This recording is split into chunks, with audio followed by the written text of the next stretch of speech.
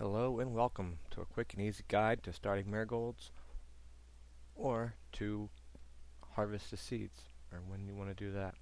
As you can see, my success rate with marigolds, I've been doing them every year. They're pretty much simple, easy to it. Whenever they start to dry out and they'll like bend downwards is whenever you want to get them.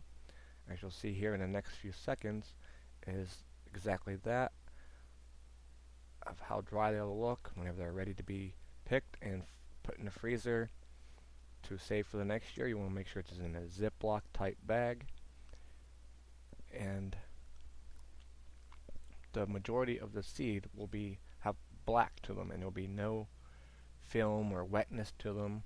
That's how you'll know they're ready to be put away in the freezer for the next year, with no wetness and no film on them whatsoever when you touch them, and they will come apart easily too. So whenever I plant them, I don't do like pre-starting kits or nothing like that. I just wait for mid-spring and then just put them right in the ground where I want them to be, and they'll come up.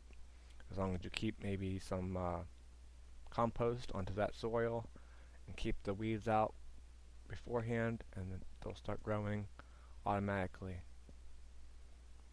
So hopefully this is some help to you, and marigolds are a pretty resilient, easy plant to grow. They take a long time between blooming and producing the seeds to be ready. They could grow all the way up into November, depending where you are, or continuously throughout the year if you're like in a Texas climate.